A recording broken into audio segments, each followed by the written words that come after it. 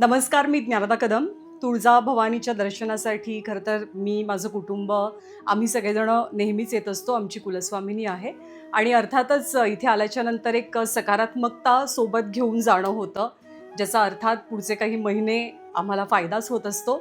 आणि इथे येण्याची आम्ही वाट बघत असतो, कारण अर्थात मंदिर संस्थांकडनं मिळणारा एक प्रकारचा सपोर्ट, एक प्रकारचं सहाय्य आणि सर्व भाविकांसाठी खास करून दर्शनाच्या वेळेला दर्शन रांगेमध्ये उभे असताना तिथे जी काळजी घेतली जाते आणि मंदिर परिसराची स्वच्छता, म्हणजे कोणत्याही मंदिरात जेव्हा आपण जातो तेव्हा पवित्र आणि प्रसन्न वाटण्यासाठी स्वच्छता तितकीच गरजेची असते. तर तसं प्रसन्न या मंदिर परिसरात, मंदिराच्या आवारात अर्थातच प्रत्येक भाविकाला वाटतं आणि त्यामुळं इथं येऊन कायमच दर्शन घ्यावं हा भाव सदैव मनात असतो. सुदैवानं देवीची कृपा तुमच्या सर्वांच्या आणि आमच्या सर्वांच्याही माथ्यावरती अशीच कायम राहो, हीच मी आई जगदंबेच्या चरणी प्रार्थना करते.